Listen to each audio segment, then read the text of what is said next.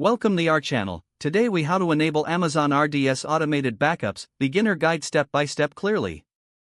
To enable automated backups in Amazon RDS, start by logging into the AWS Management Console.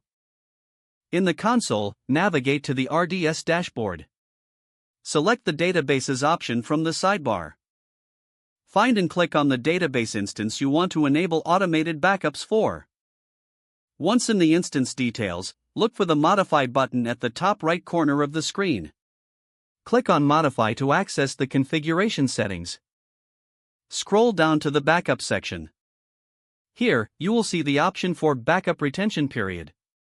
Choose a retention period from the drop-down menu. This determines how many days your automated backups will be stored.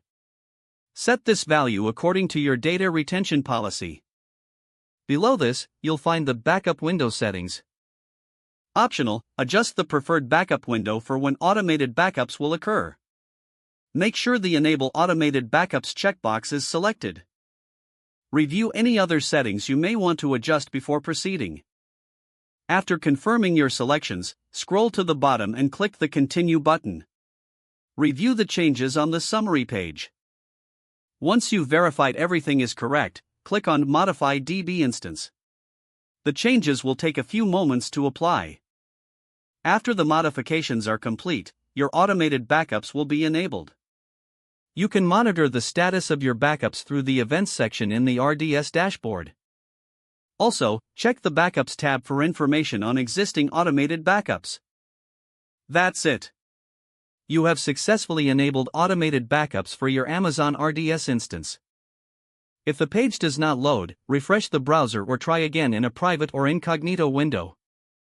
Make sure you are using the correct email address, then retype it carefully to avoid small typos.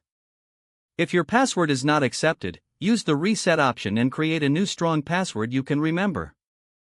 Check your spam folder for verification or security emails, then complete any requested confirmation steps. Enable two-factor authentication if available to improve account security and reduce unauthorized access risk. After signing in, review your profile details so your contact information and settings are accurate and current. If you see an error message, note it down and try again after restarting your device and internet connection.